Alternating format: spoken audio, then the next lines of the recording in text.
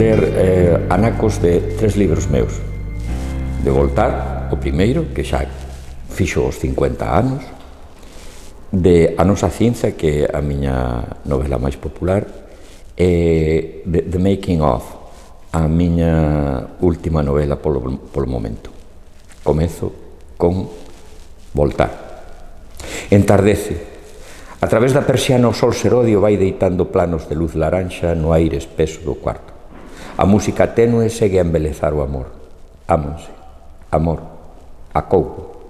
Peregrina cantarola baixiño a melodía vertida do magnetofón. Xenxo agacha o rostro no cabezal, un intento de sono, mas non dorme. Pensa, xa estás aquí de novo, choiva gris. Petando nos vidros da miña xanela, outra vez te teño aquí, choiva gris, choiva de outono, fonte das miñas saudades, cada leito dos meus soños, río das miñas lembranzas, cemiterio dos meus gozos, a repinicar nos vidros a danza fría do agoiro. O poema é vello e trae sabor de caderno de notas, aborrecemento e choiva a baterse en descanso. E aínda hai máis. Chove. Por trás dos vidros chove, fórmanse coas pingas regos nos que vai morrer o tempo. Segue a chover en poema, mas agora é choiva lene, pingas silenciosas que se van xuntando en regos onde naufraga a ollada cansa, nos que aboian os recordos.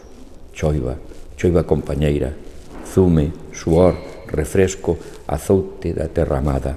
A choiva secular dun día a outro vai esculpindo nas almas da xente a forma libre da terra mai.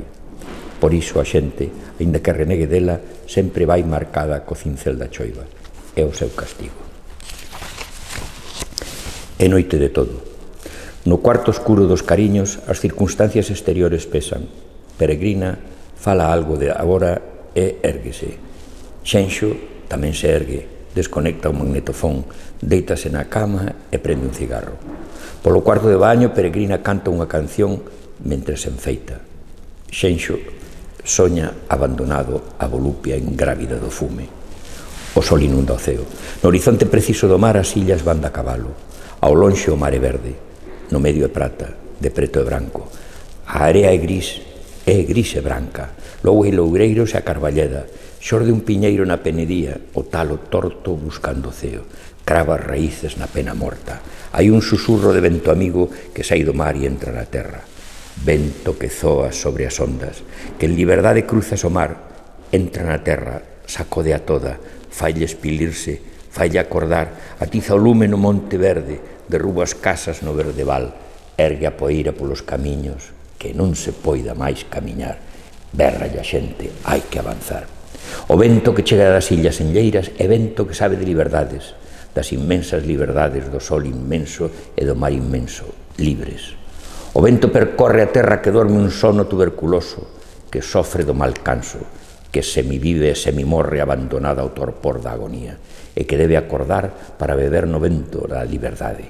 Liberdade para escoller unha nova vida ou unha morte definitiva, conscientemente. E as almas da xente da terra son árbores enraigañadas na terra, as follas a respirar o vento do mar mareiro. Xenxo comezou a escribir en prosa por ter máis campo de expresión ca en verso. Cando escribía, por veces, víase vencido pola idea da inutilidade do que estaba a facer. O pobo condenado a morte xamais ia ler as historias da xente da terra que el contaba, dicíase, e con resaibos de amargura seguía adiante imaginando as súas páxinas como a mortalla para a terra morta, aínda que nos recantos escuros da súa alma o vagalume da esperanza mantivese un verde centilear aceso. Xenxo érguese, bocexando e vai vestíndose devagar. Entra Peregrina e fala de apuros, ten presa.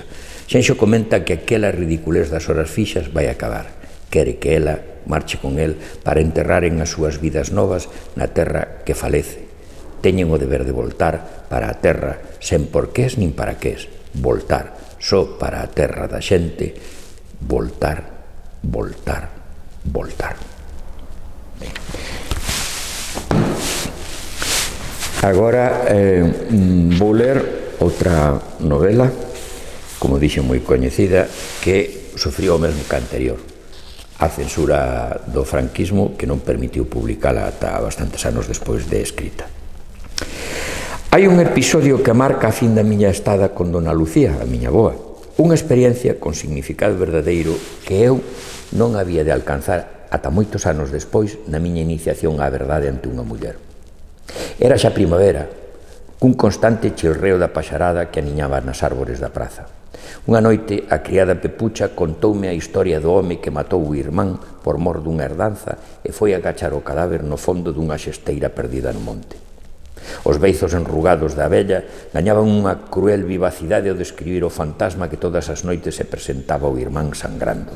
Petaba 3 veces na porta e cando o fratricida abría exixía «Terra para os meus osos», desaparecendo axiña no buraco negro da noite. Así ata que o asesino, perseguido polos remorsos, se entregou á xustiza e indicou onde estaban os restos insepultos. Cando marchou a Pepucha apagándome a luz, eu fiquei apavorado, a espera de que a cada momento me petase a porta o rexurdido para pedir sepultura. O medo mantíñame esperto e, segundo pasaba o tempo, vinme na necesidade de fuxir do cuarto escuro, de escapar daquela congoxa. Queimados os últimos restos de valor, fun procurar refuxo a xunto da única persoa amiga da casa, Miss Pamela. Baixo a súa porta había un regandixo de luz. «Miss Pamela», susurrei. «Johnny?» «Yes. Come in, boy». Entrei. Ela lía na cama e foi pousando o libro pouco a pouco mentre eu lle contaba a miña coita. Ao final, abriuselle a cara nun sorriso brando e cariñento como aqueles con que a Otilia me anunciaba as súas arroutadas de bicos e apertas. Pero a Miss controlouse. Deu un xeitiño ao cabelo e pareceu aceptar unha idea que fora concibindo. Se quería eu, díxome, podíame deitar na súa cama, que subise contentiño a persiana sen facer ruído para que a luz da mañá nos espertase antes de que a Pepucha me fose chamar. Así eu volvía cedo para o cuarto e ninguén habería de coñecer o meu medo.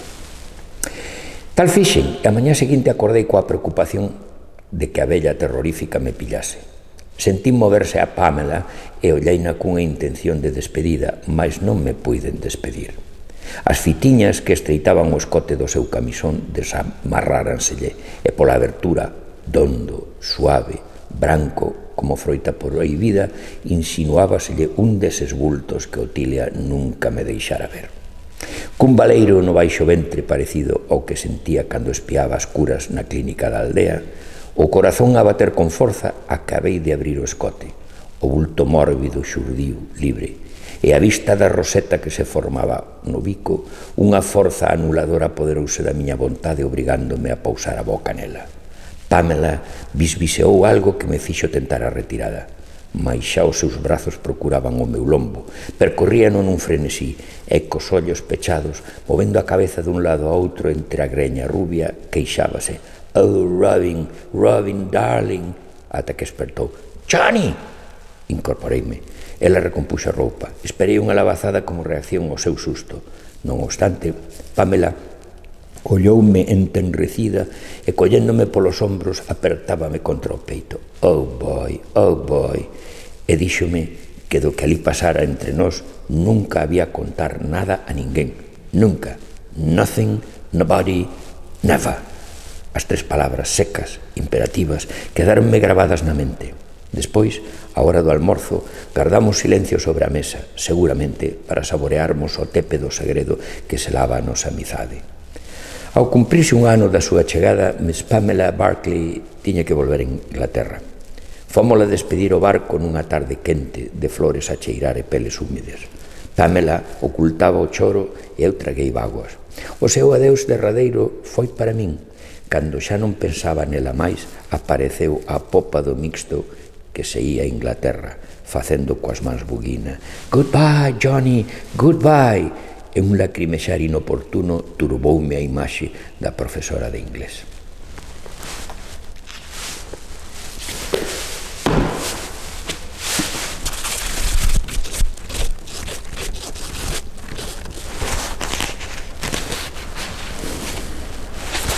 Mudando rotundamente de tempo e escenario, marchamos para a Argentina dos anos 30.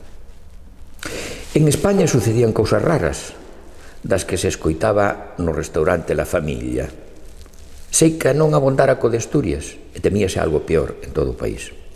Os españois de Buenos Aires estaban divididos, daban as razóns máis opostas, case as mesmas cos arxentinos. No fin das contas, gaxegos, crioulos ou gringos, uns eran partidarios de que mandase un político e todo Cristo obedecese, como en Italia ou en Alemanha, e outros de que o povo gobernase dicíndolle a un delegado como o tiña que facer. O Alfrediño Mosquera nunca letreaba moito do asunto, non sabía quen lle dar o apoio e menos entendía que a xente andase con paus, facas e pistolas a tratar da política cando o único que importaba na puta da vida era comer a fartar, dormir tranquilos e mirar pros paxariños, que hostia. E xa foi para deixar un home coa boca aberta cando se empezou a ver nos xornais e a oír na radio que en España houbera un golpe militar e unha resposta da xente contra los milicos alzados. Un día de inverno, de garúa, que así chamaban en Buenos Aires unha chuviña cabrona, fría. A hora de xantar, o señor Luis Mosquera entrou na cociña de la familia acompañado polo patrón.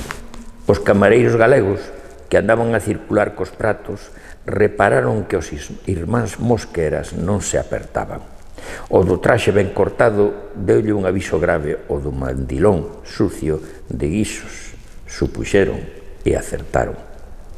Sei que non preguntes polos nosos, Alfredo, e non sei o que saberás dalá, pero pódoche dicir que na nosa zona triunfou o alzamento e a familia está ben.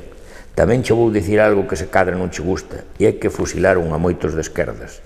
Un deles foi a mai do teu amigo Suso Pedreira. Entón o irmán menor sacou o mandil, colocou o tabardo e botouse as rúas que mal se vían con aquel orballo de pingas grandes.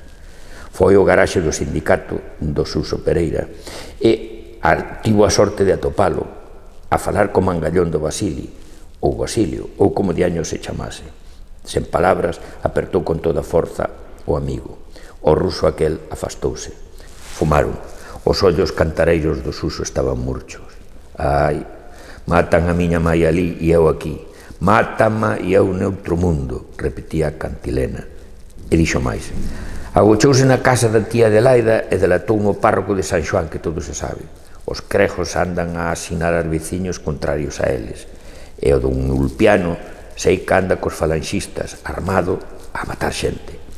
Dime se queres algunha cousa para a muller e os pais, Alfredo, que moitos nos estamos preparando para xuntarnos os milicianos das nosas formacións. España ten que ser a tumba do fascismo, aínda que nos maten a todos os que vayamos loitar alá. Temos que reconquistar o que ocuparon eses asasinos de Franco. Como un mes despois do encontro, e non sabendo máis do orfo da guerra, pois guerra era o de España, o Alfredo pasou polo garaxe antes de entrar no seu traballo. O Basili comunicoulle que non sabía nada do camarada Pedreira. Ao Mosquera pareceulle imposible que os compañeiros do sindicato, os que acolleran o Suso chegando á Argentina, non puidesen dar razón del. O carallo do ruso mentíalle. Insistiulle logo. O grandallón mantivo que non sabía do Pedreira. Nada. Aínda máis, que ninguén sabía del. Pasaría outro mes.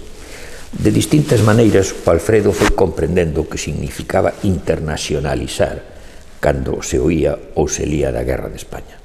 Dun asento baleiro dun colectivo, apañou un xornal de poucas follas que explicaba o porqué ninguén sabía do Suso.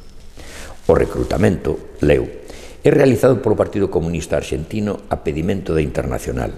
Búscanse homes e mulleres marcadamente antifascistas, afíns á Fronte Popular ou o Partido Comunista de España, solteiros e con experiencia militar.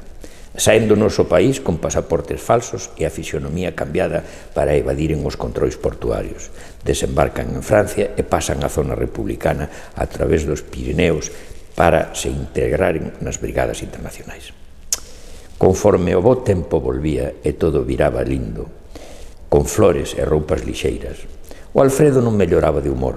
Andaba cabreado porque o confundía tanta noticia de España e porque non podía saber se a prata que transferira a familia chegaría ás mans dela. Quen hostia mandaba en España? Ora, se el tiña que estar ao lado de alguén, estaría carón dos amigos e contra os inimigos deles. Se o Suso se lanzara a matar militares e cregos, que ninguén lle pedise para as colectas a favor de Franco. Daría e deu. con gusto, as caixas que puñen na Federación de Asociacións dos Galegos e nos sindicatos, sempre en contra dos fascistas. Aquel diñeiro era para socorrer os que habían pasar o inverno nas trincheiras polos montes de España.